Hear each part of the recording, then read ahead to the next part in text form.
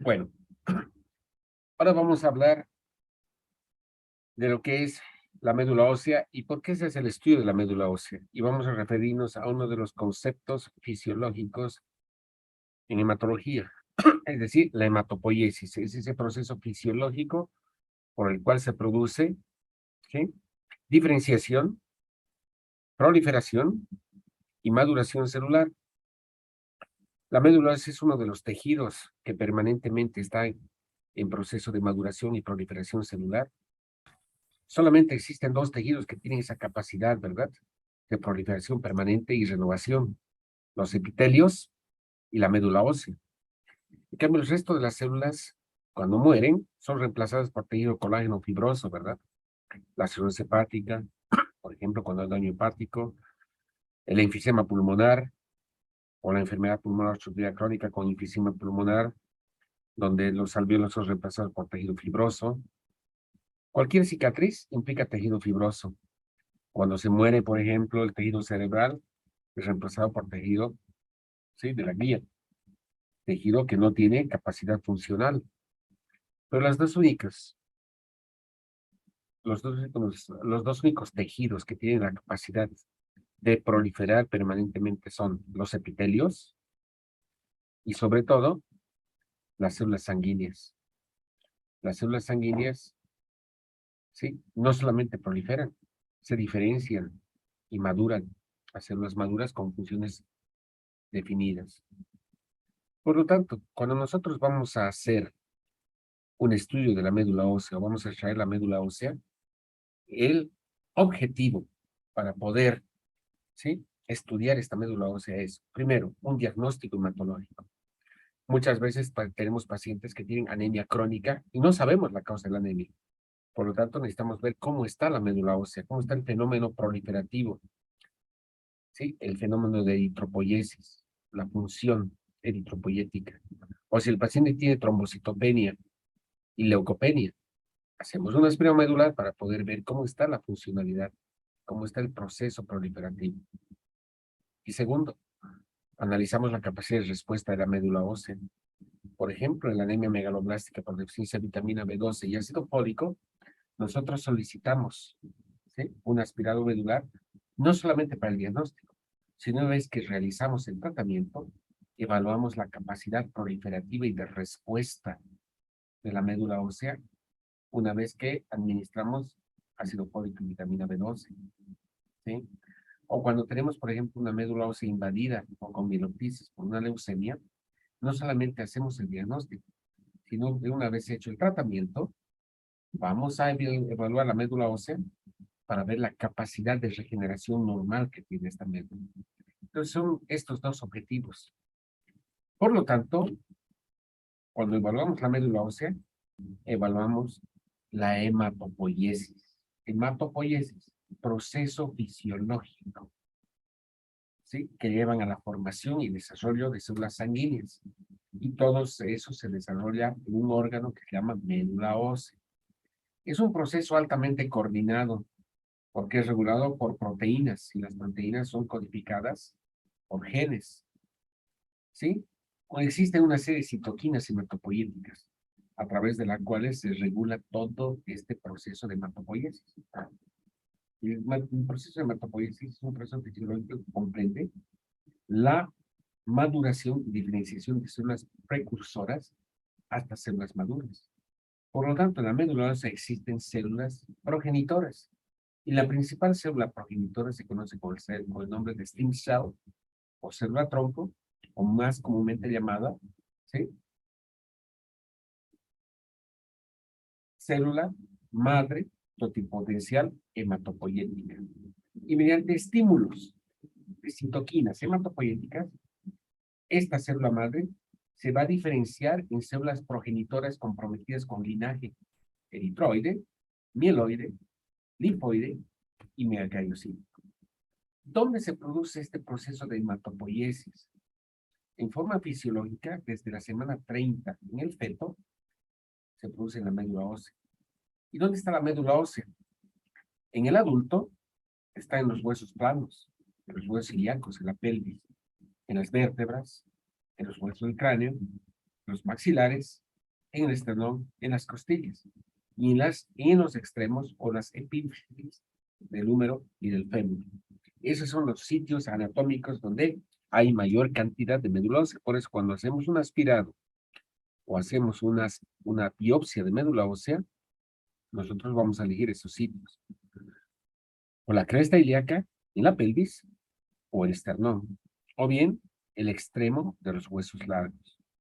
Hay situaciones patológicas donde la médula ósea es reemplazada en su función hematopoyética por otros órganos, por ejemplo, el vaso y el hígado o los ganglios. Y las situaciones patológicas que originan proliferación de células progenitoras se conoce con el nombre de metaplasia mieloide. Por lo tanto, ¿qué es la metaplasia mieloide? Es el hecho de que el vaso y el hígado retoman la capacidad embrionaria de formar médula ósea. Obviamente, en situaciones patológicas, cuando existe metaplasia mieloide, va a haber hepato, esplenomegalia y adenopatías. La hematopoiesis es un proceso fisiológico, es un concepto fisiológico, no es un concepto anatómico, no es un concepto morfológico. Si bien cada célula tiene una morfología establecida, como ven aquí en la diapositiva, es un proceso altamente coordinado que involucra proliferación, diferenciación y maduración celular. Todo eso a partir de esta célula que ustedes ven, que se llama célula madre pluripotencial hematopoyética. Esta célula madre no se ve en la médula ósea, porque es una célula mononuclear, no es una célula con características como por ejemplo los neutrófilos, o los eosinófilos, o los basófilos, o las células plasmáticas. La célula madre simplemente es una célula mononuclear, pero tiene una característica fundamental: la autorrenovación, la proliferación y la diferenciación. Una célula madre tiene capacidad de poder dividirse en células hijas con la misma característica que la célula madre. Es decir, las hijas de una célula madre que no han sido todavía destinadas a madurar, van a dar origen a otras células madre con la capacidad también de proliferación y maduración. Es la única célula que se va a dividir en otra célula madre con la misma característica. Y una vez que es estimulada por citoquinas hematopoyéticas, va a tomar diferentes caminos. O se va a diferenciar en progenitores de serie linfoide, que origina linfocitos y células plasmáticas. Entonces tenemos una célula comprometida, progenitora de serie linfoide, que posteriormente va a diferenciarse y madurar en linfoblasto, en prolinfocito y luego en linfocitos B y linfocito T. Y el linfocito B, cuando migra a los tejidos y se diferencia y se potencia, tiene la capacidad de producir anticuerpos y se conoce como célula plasmática. La célula madre también puede diferenciarse y proliferar hacia serie megacariocítica formando plaquetas, hacia un megacarioplasto, un megacariocito, que es la célula gigante es la célula más grande, una célula gigante de la médula ósea, y luego por una serie de formación de membranas intracitoplasmáticas e intranucleares se fragmenta y origina plaquetas que están comprometidas con los mecanismos de hemostasia. O bien puede originar serie monocitoide, con monocitos que después se diferencian en macrófagos, o bien serie mieloide granulocítica.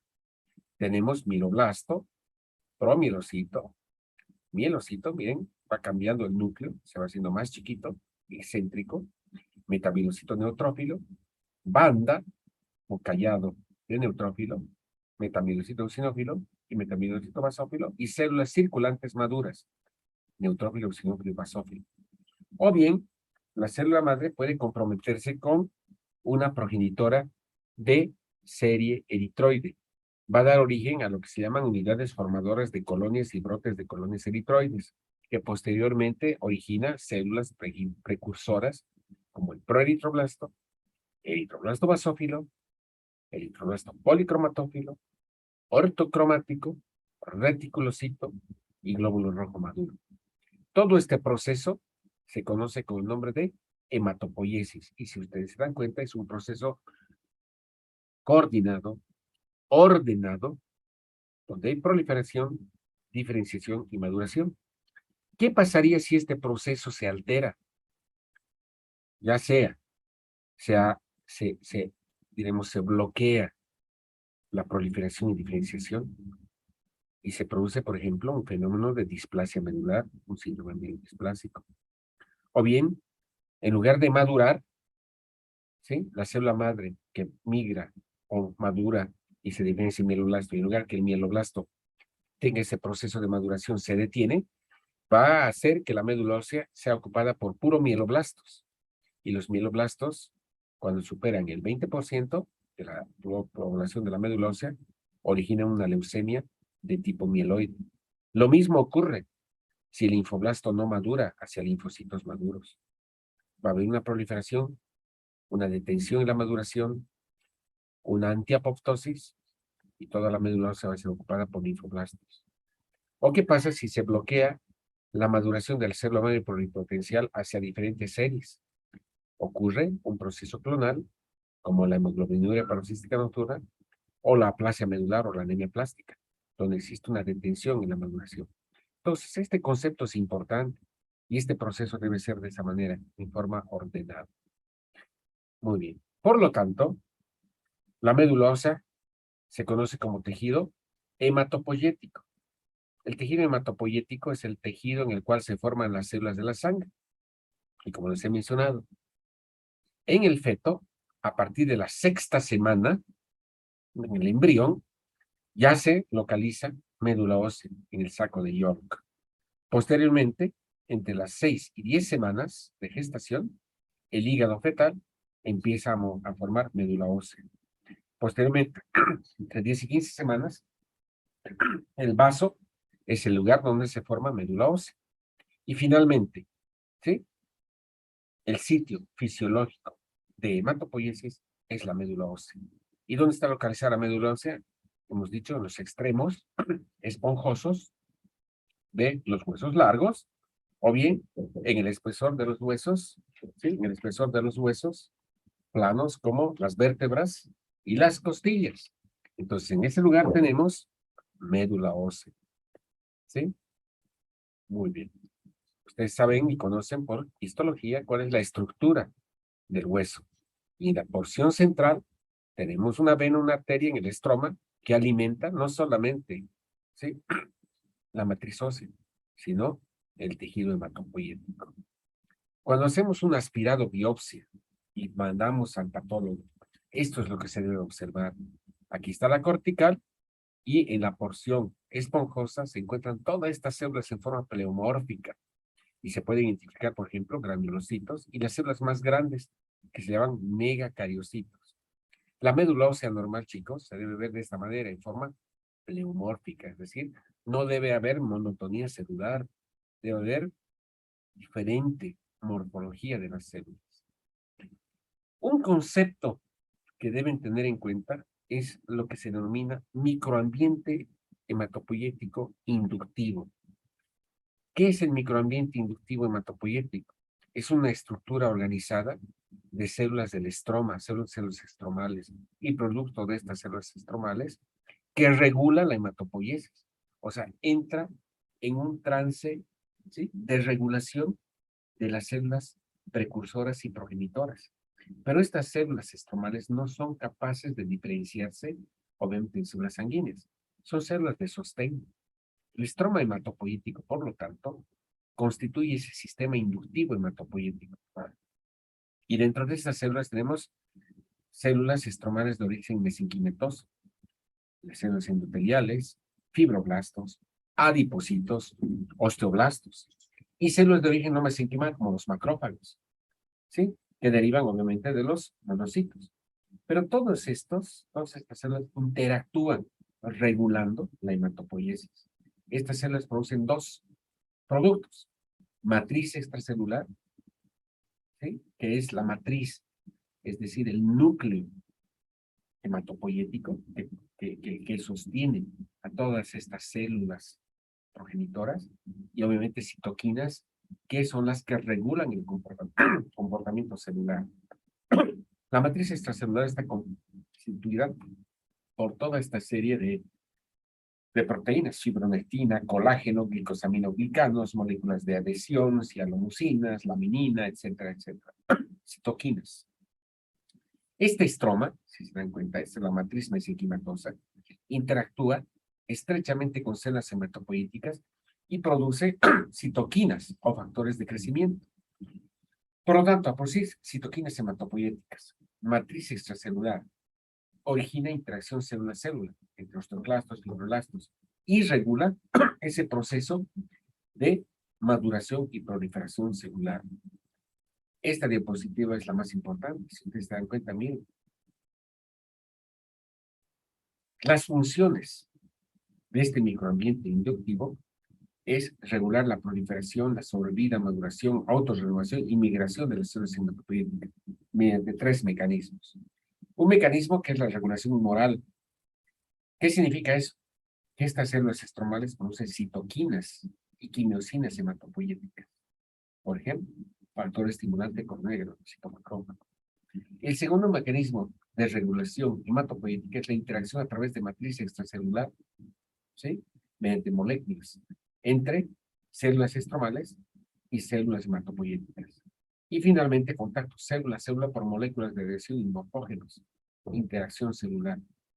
Cualquier alteración en este proceso, ¿sí? Coordinado de regulación humoral, interacción a través de moléculas de matriz extracelular y contacto de células por moléculas de adhesión, lleva a un desbalance o un trastorno en la regulación y origina enfermedades propias de la médula ósea que se van a traducir en anemia, en leucopenia, en trombocitopenia, o por ejemplo en trombocitosis, o en policitemia, o en leucocitosis exagerada, ¿sí? En hiperleucocitosis.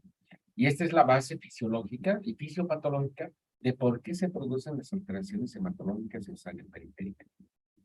Por lo tanto, en resumen, la matriz hematopoyética, constituida por células y matriz extracelular, produce, hemos dicho, células y citoquinas que van a regular, ¿sí?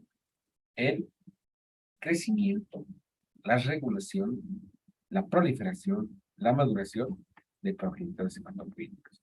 La célula madre por sí sola en cultivos no va a proliferar y no va a diferenciar, pero si a los cultivos celulares adherimos células estromales, vamos a ver que en poco tiempo se generan colonias o unidades de colonias de células comprometidas con determinados linajes celulares. Por eso la interacción entre estas células hematopoyéticas y las células del estroma es muy, muy importante. Muy bien. ¿Qué procesos celulares regulan la producción de células maduras? Miren, el proceso de hematopoiesis involucra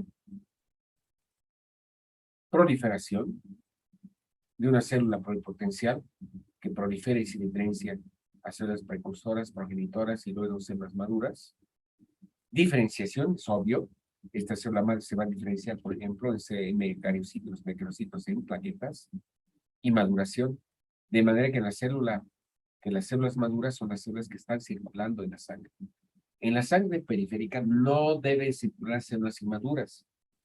Cuando hay células inmaduras, eso obedece probablemente a un trastorno en la hematopoiesis o un fenómeno reactivo de respuesta, por ejemplo, después del daño medular. Por ejemplo, damos quimioterapia, radioterapia o algún tóxico y la médula se empieza a recuperar y empieza a producir o a sacar células progenitoras a la circulación. Por ejemplo, es un ejemplo. ¿Sí? O cuando hay hemólisis, destrucción periférica y pérdida periférica de glóbulos rojos.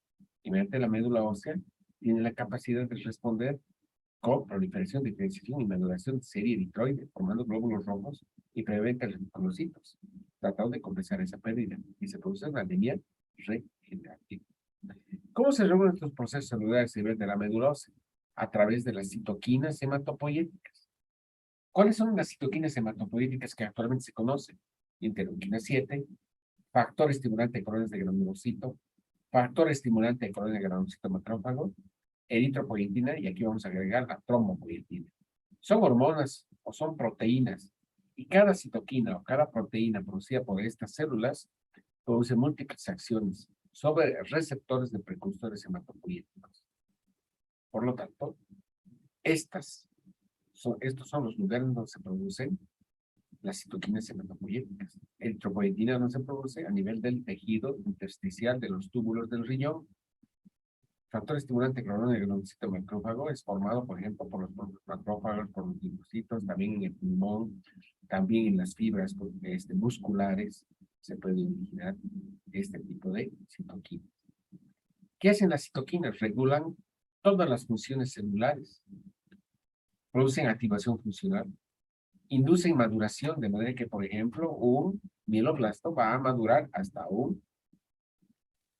una célula segmentada neutrofílica o basofílica o eosinofílica con una estructura celular bien diferenciada y una función bien diferenciada. La otra función de las citoquinas hematopoyéticas es la diferenciación, compromiso de linaje, la proliferación y un aspecto importante, la apoptosis. Todos estamos programados para morir. A ver, ustedes, de los que asisten, ¿alguno de ustedes está programado para no morir? ¿Verdad? Que no, es mentira. Todos vamos a morir en algún momento. Obviamente, todos esperamos morir a los 100 años, ¿verdad? ¿Qué significa eso? Que todos esperamos vivir bien y luego nuestros procesos fisiológicos hacen que las células envejezcan y se deteriore la función de cada una de estas células. Esto va a originar una muerte celular programada, ¿verdad? Y todos nos vamos a morir de forma programada a determinada edad. Pero si uno de nosotros está saliendo a la facultad de medicina y viene un micro y nos enrolla y nos mata, es una situación no esperada, ¿verdad? Y las células se mueren por necrosis, no por apoptosis. Y nosotros, en lugar de morirnos de vejez, nos morimos a nuestros 24 años porque estamos tratando de cruzar la calle y viene un micro, nos atropella y es una situación no esperada. Cuando hablamos de citoquinas hematopoyéticas, estas citoquinas, chicos, regulan justamente la muerte celular programada. Cualquier disregulación evita la apoptosis, por lo tanto, las células pueden ser inmortales, y las células inmortales ocupan espacios vitales. Por lo tanto, si se dan cuenta, acá está la diapositiva que ejemplifica esa relación entre las citoquinas y los factores estimulantes de colonias con relación a cada una de estas células que son células progenitoras y precursoras que van a originar seguramente, ¿sí?, células maduras. Pero también está en función del microambiente inductivo hematopoyético, condrocitos, osteoblastos, fibroblastos, adipocitos, miocitos, células endoteliales, que interactúan con esa serie de mecanismos para producir, ¿sí?, regulación hematopoyética. Por lo tanto, si se dan cuenta en este diapositiva, el rol de las citoquinas, ¿cuál es? Primero, que la célula pueda dividirse y se autorrenueve a otra célula con las mismas características. Y la segunda función es que esta célula se diferencie a una célula más madura con una función determinada, como por ejemplo, un neutrófilo. ¿Sí? Entonces, donde tenemos hematopoiesis normal, solamente un número de precursores mieloides se autorrenuevan, ¿sí?, a granulocitos maduros. Y este proceso es regulado, por ejemplo, por la citoquina que se llama factor estimulante de colonias de granulocitos. Cuando hacemos un aspirado medular y vemos esta imagen, por ejemplo, células que tienen núcleos que están no conectados y se están destruyendo, son células que están en apoptosis. Pero en algunas enfermedades, como por ejemplo en las leucemias, no se observan imágenes apoptóticas y todas las células son células maduras que están proveniendo de una clona que está proliferando en forma totalmente aberrante y anormal. Todas estas son las citoquinas hematopoyéticas, ¿sí? Trombopoyetina, eritropoyetina, factor estimulante de colonias de monocito, factor estimulante de colonias de monocito, interleuquinas que van del 1 a interleuquina 7, interleuquina 11, y aquí están los lugares de actividad principal de estas citoquinas y la actividad sinérgica. Por lo tanto, para resumir, hematopoiesis implica un proceso coordinado y ordenado de diferenciación, luego proliferación y maduración hacia la presencia de células adultas bien diferenciadas. Y una célula madre pluripotencial puede originar potencialmente serie linfoide, serie mieloide, megacarocítica o serie vital. se dan cuenta, mire, célula madre pluripotencial, células madre pluripotenciales comprometidas con linaje, progenitores comprometidos y células finales plenamente diferenciadas o células totalmente maduras con función específica. Este es el proceso, ¿sí? O el estímulo en diferentes fases de maduración, como las citoquinas hematopoieticas inducen procesos de maduración y diferenciación. Uno de los ejemplos más clásicos, por ejemplo, es el hecho de que la stem cell se va a diferenciar, por ejemplo, en unidades formadoras de colonias eritroides, y las unidades formadoras de colonias eritroides en unidades formadoras de colonias de glóbulos rojos. Y esto va a dar lugar a proeritoblasto, eritroblasto basófilo, policromatófilo, autocromático y reticulocito. Todo inducido por eritropoietina. ¿Qué hace la eritropoietina? La eritropoietina actúa sobre un precursor de la serie roja, que se llama unidad formadora de colonias eritroides. Estas células, que están como células progenitoras, no se visualizan fisiológicamente a la microscopía. Todas son células mononucleares. Hablemos un poquito de la eritropoiesis. Entonces, ¿qué es la eritropoiesis? Es una de las, digamos, de los procesos por los cuales se forman los glóbulos rojos. Forma parte de la hematopoiesis en general.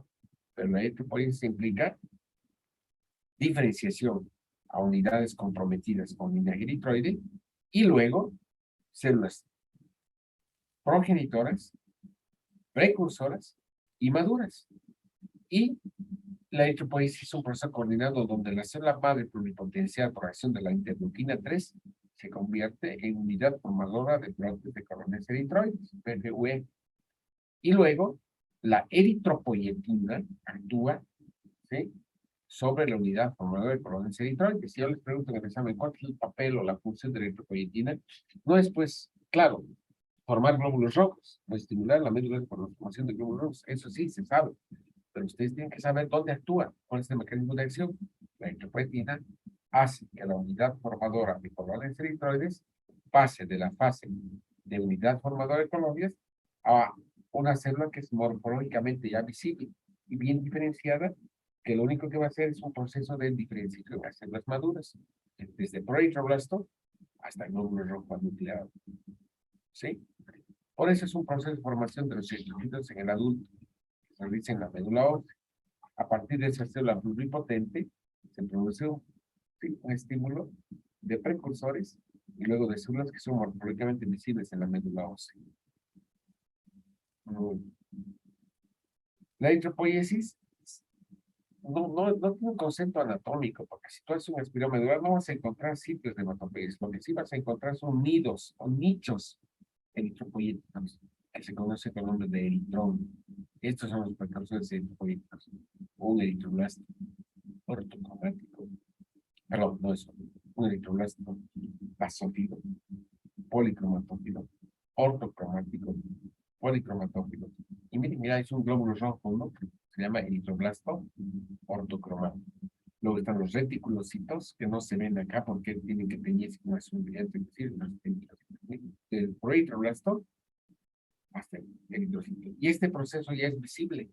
Ya se puede ver el proceso de maduración normal en la médula ósea, porque vamos a ver células en diferentes fases de maduración, desde proeritroblasto hasta eritroblasto ortocromático. ¿Sí? Y miren aquí en la diapositiva se ve la cantidad de divisiones durante ese proceso. Aquí hay un glóbulo rojo, desde célula madre potencial, células progenitoras como unidad formadora de brotes de cruces eritroides, que va a tener 11 o 12 divisiones y puede dar lugar a la unidad formadora de cruces eritroides, 12 divisiones. La que actúa la eritropoietina, haciendo que esta unidad se convierta y madure a proeritroblasto. Eritroblasto basófilo, eritroblasto, ¿sí?, ortocromático, reticulocito y glóbulo rojo. ¿Sí? En algunos casos, este proceso de formación de glóbulos rojos se puede alterar, y se conoce como eritropoiesis eficaz o eritropoiesis no satisfactoria. Es lo que ocurre, por ejemplo, en los síndromes básicos. Ocurre en la deficiencia de vitamina B12 y ácido fólico, la propia deficiencia de hierro, de una eritropoiesis ineficaz. O puede haber una eritropoiesis acelerada, por ejemplo, producto de una mutación que se llama mutación JAK2, relacionada con los signos mieloproliferativos, en este caso, sí, la polistemia vera. Y esto se ve morfológicamente. Miren, estas son las células ya precursoras, pero en proceso de maduración.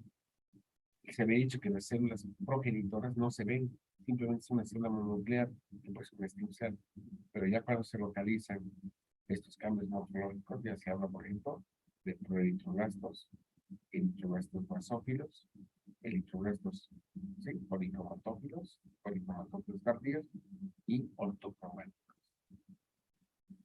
En la médula ósea vamos a ver que todas estas células rojas se acumulan, se forman grumos, se conocen como grumos unidos de eritroblastos de la médula ósea. El principal mecanismo que regula la eritropoiesis es la eritropoietina. ¿Y por qué la eritropoietina? Porque la eritropoietina se produce en el intersticio de los túbulos del riñón. ¿Y cuándo se sintetiza eritropoietina? Cuando en sangre periférica hay una caída de las cifras de hemoglobina. Y eso es sensado por el organismo con la disminución en el aporte de oxígeno.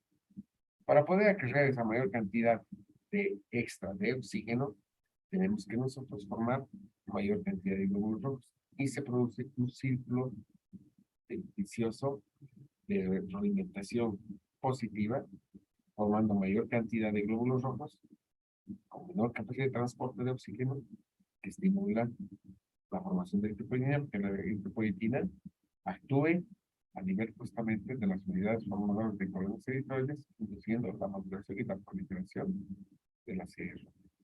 ¿Está entendido? Muy bien. La mielopoiesis. La mielopoiesis es el proceso fisiológico por el cual se forman los leucocitos, o glóbulos blancos. ¿Dónde se produce esto? En la médula ósea. Es un proceso regulado por dos citoquinas, la unidad formadora de colonias de granulocito macrófago y las unidades formadoras de colonias de granulocitos que van a originar los sinófilos falciformes neutrófilos. Finalmente, ¿sí? Se puede ver el proceso de mielopoiesis, ¿sí? Evidente, desde un mieloblasto, porque el mieloblasto tiene nucleolos en el citoplasma, hasta promielocitos. Los mielocitos son característicos de la leucemia, ¿sí? Promielocítica. Los promielocitos son las células más grandes que tienen gran cantidad de núcleo. Luego tenemos los mielocitos, los metamielocitos, las bandas o segmentados y el vinculado. Este es el proceso normal, coordinado de mielopoiesis para formar, por ejemplo, neutrófilos, eosinófilos y basófilos. La megacariopoiesis también es el proceso ordenado de proliferación y diferenciación celular con la intención de formar plaquetas. Este proceso se realiza íntegramente en la médula ósea, bajo el estímulo de la unidad formadora de colores de megacaricitos y la trombopoietina. ¿Sí? Miren, esta es la megacariopoiesis. Es decir, el rol que juegan las citoquinas como la trombopoietina estimulando en diferentes fases, juntamente con la interleuquina 3, interleuquina 6 y 11, el proceso de maduración normal ordenado de la stem cell hasta, ¿sí?, un megacariocito y plaquetas totalmente independientes. La stem cell, ¿sí?, se diferencia en unidad de progenitores pluripotentes comprometidos con el eje megacariocítico. Luego, ¿sí?, unidades, ¿sí?, ya más establecidas con diferenciación megacariocytica, el megacarioblasto, el megacariocito maduro. En lo mismo, en el megacariopoiesis pueden ver este proceso de maduración. Aquí está una plaqueta, otra plaqueta, otra plaqueta, otra plaqueta, rodeando, ¿sí?, por lo interior a un macrón. Normalmente se dice que debe haber 1 a 5 plaquetas por cada campo microscópico. Aquí ven una infinidad de plaquetas, ¿no? Fenómeno de trombocitosis. Es el megacarocito. ¿Cómo obtener la médula ósea? La médula ósea se obtiene por medio de punción aspiración. El abordaje puede ser en el esternón o al medio de la cresta ilíaca en el segundo espacio intercostal. Una vez obtenida la médula ósea y realizó el extendido, vamos a proceder a la admisión para poder ver qué tipo de células existen en la matriz medular. Podemos hacer una tensión intra-riding de grumo o una tensión de hierro, o podemos someter la médula ósea a inmunohistoquímica. Generalmente una punción se acompaña de una biopsia de médula ósea. El abordaje es el de gato posterior, ¿sí? Y se observa la morfología y la inmunohistoquímica. Y finalmente se puede hacer estudios citogenéticos o expresión de antígenos específicos de mediante citometría de flujo o mediante estudios de cariotipo, estudios de Fish, son estudios genéticos más elaborados, más complejos para llegar al diagnóstico muchas veces de los planes. Entonces, una aguja estéril, que es lo que hacemos, vamos a poner anestesia local y luego pinchamos la cresta ilíaca, que está muy accesible, y obtenemos médula ósea. Esta es una relación que existe entre la celularidad de la médula ósea con la celularidad semiperiférica. Es lo que vamos a correlacionar cuando hacemos una espiral medular. Si el número de células aumenta en la médula ósea, pero disminuye en sangre periférica, pensamos que el responsable es una mielodisplasia. En la mielodisplasia existe gran proliferación de precursores hematopoyéticos de la médula ósea, pero no tienes un estímulo y no tienes una buena producción. Por lo tanto, va a haber pancitopenia o visitopenia en la médula ósea. O bien, tenemos un paciente con médula ósea disminuida y disminución de entonces se periférica, la aplasia medular. Podemos tener un aumento de celularidad de la médula ósea expresa de blastos y con una disminución de sangre de blastos en periférica, leucemia aguda. O podemos tener una actividad medular aumentada por ser de periférica megaloblástica, con una disminución megaloblástica. O finalmente médula ósea más aumento de médula ósea. Sí, médula ósea extremadamente llena, con un aumento también de sangre periférica. Entonces, cuando tienes una leucocitosis y en la médula ósea existe gran cantidad de procesos de maduración, proliferación mieloide, pues vamos a encontrar con un síndrome mieloide. Esas son las agujas de aspirado medular y la aguja de punción lumbar. En la de aspirado medular hemos puesto, sí, la aguja que solamente va a obtener tejido hematopoyético. Y esta es la aguja de Hampshire más larga y más flexible. Finalmente, cuando hacemos nosotros un espirometría, tenemos que extender en forma de grumos. No se vale extender solamente sangre, tenemos que extender grumos. Y los grumos teñidos tienen esta morfología. Hay algunas características de la espiral medular. Con cada punción se saca entre 0.03 de mililitros. La morfología. Si la médula es roja, hiperplasia eritroblástica. Si es oleosa, hiperplasia, digo, aplasia medular, con presencia, por ejemplo, de células plasmáticas o células o hematocitos de la médula ósea. Con un negruzco, una melanoma. Cuando hacemos una espiral medular, entonces lo primero que vamos a ver es una tinción panóptica. O bien un análisis citoquímico, un molecular o un estudio histológico. Vamos a entonces, estas son fotos de cómo se ve la médula ósea. Un microcito y otro, miren los medias grandotes. Muy bien. Cuando hacemos un aspirado medular, chicos, esta es la nomenclatura de información, así se informa la médula ósea. Seres neutrofílicas, seres eosinofílicas, seres basofílicas, la presencia de linfocitos, ¿sí? Y se hace observación de células progenitoras. ¿Cuántos microcitos hay? ¿Cuántos eritroblastos plasmáticos? ¿Cuántos blastos? Etcétera, etcétera. Muy bien. Cuando vemos una médula ósea donde existe un aumento de la solubilidad, se llama hiperplasia. Puede haber hiperplasia eritroblástica en caso, por ejemplo, de anemias regenerativas y en caso de lisinopoiesis. ¿Sí? Muy bien. Podemos ver un aumento de solubilidad a expensas de la serie granulocítica, infecciones, inflamaciones, metástasis neoplásicas, las leucemias de tipo monocitoide o síndrome mielodisplásico o la tomatosis esencial. Un aumento de linfocitos se puede ver con médula hipocelular, neoplasia medular, o una médula hipercelular, leucemia linfocítica crónica. Un aumento de células plasmáticas que nos hace pensar en mieloma múltiple o la presencia de macrófagos, ¿sí?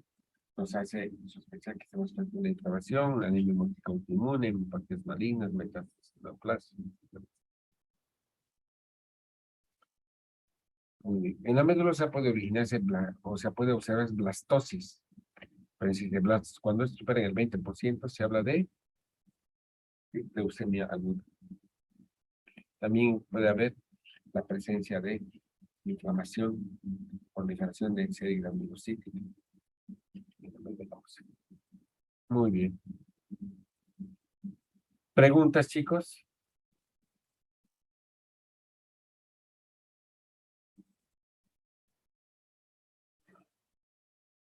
Hola, jóvenes. Creo que no hay preguntas, doctor. ¿Han comprendido